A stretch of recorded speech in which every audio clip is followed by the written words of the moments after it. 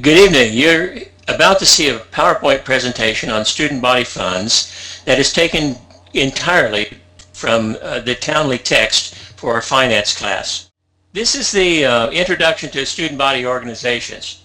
Please understand that this is an area where school principals often find themselves in difficulties simply because they did not follow the guidelines for good organization of student bodies or the management of the funds. This is a major task in many schools. This slide presentation will be available to you throughout the course. The legal status and the purpose of student body funds or organizations is simply to be for the sole purpose of supporting non-instructional activities that enhance the overall experience of the students. Obviously, student body organizations may use school facilities whenever they are approved to do so. Student body organizations are not supported by public funds, therefore they rely entirely on fundraising activities. Each organization must have a constitution, and that must state the purpose and the reason for each organization, as well as listing the officers and the procedure for election before becoming a member. Every organization has to keep minutes, and they vote on the expenditure of funds. Let me emphasize that. This organization votes on the expenditure of its funds. They determine how the money is spent for the betterment of the student body. These organizations must be composed entirely of students from the school. And primarily, the budget is submitted to the student body governance by about May 1 of each year, and it's finalized usually in October. In this budget estimate, you have to give the estimated income, the expenditures, and you should have a reserve to allow some flexibility, but of course you can't predict everything. Funds are generated by student activities, and they must be spent on student activities. In other words, the principal can't decide that the student body director has to have a new computer and buy it and justify it that way, nor can they go out and buy a surveillance camera for the ticket booth at a football game. That's inappropriate. In high schools, tickets can be sold anytime during the school day as long as it's not prepared on the premises and it's not sold by the district food service. In other words, you can't be in competition with your cafeteria. Activity cards are so common, they're probably in every high school, and the costs vary, but it may include admissions to many events and have a lot of discounts. In large high schools, you can imagine that the revenue generated from an activity card would mount up considerably. But the benefits associated with the card should be printed on the card so that students know exactly what they're buying. Athletics is one of those interesting areas where funding is extremely important, and athletics also raises its own funding, but that's outside of student body funding. The fund for athletic, or the fundraising here, has to comply with the league agreements and conform to the policies of the CIF, or the California Interscholastic Federation.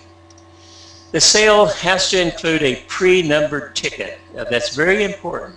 Every ticket is numbered, and in many schools with strong athletic programs, sales are going to be very large, and they could include broadcasting rights, concession stands, programs, all of those things that are really important. Other fundraising opportunities include publications that your school might have, vending machines, but of course some things are not allowed now, student store, which sells school supplies, student dances, musical events, and of course donations. There are recommendations made by CASBO, that's the California Association for School Business Officials, and these recommendations are very sincere.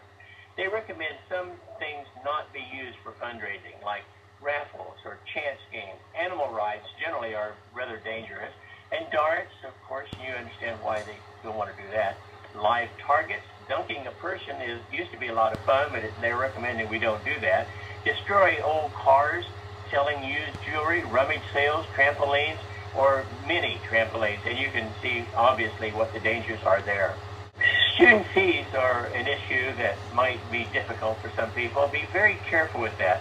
You cannot charge fees if whatever it is required for the class. If you need a calculator in this class, the school must provide it. Students may be charged for lunch. Of course, it can't be charged for joining an organization. Take-home materials from woodshop can be charged, and damaged or lost book can be charged. You may volunteer to raise money, but you cannot be excluded if you don't raise enough money. To indicate the reasons for this, Pasadena was in the Los Angeles County Superior Court, and the case was Hartzell. 15 items that students cannot be charged for. Field trips that are part of the lesson for learning. The cost of textbooks. Of course, replacement is something else. Managing the income for the student body organization is really quite important, and you have to pay attention to this. Always included in the annual audit. The funding is always in that annual audit. The board authorizes activity fees, the student involvement in setting amounts, they maintain school records of money collected and dispersed, receipts issued to each individual from whom the student collected the money, deposit receipts of money daily, and monthly preparation of a budget status is really important for the administrator to maintain or to see that it is maintained. There are some things that are prohibited for spending student body funds on, and this is another crucial area where administrators sometimes get themselves into trouble. You can't spend it on equipment, supplies, forms, postage for curricular or classroom use, or district use. Don't spend the student body money on repairs or maintenance of district-owned equipment. You can't pay salaries or supplies that are the responsibility of the school district. Articles for personal use of district employees are not allowed.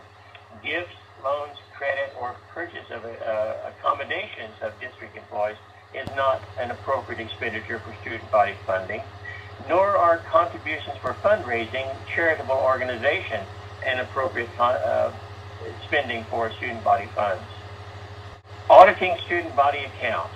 Here are some really good points for you.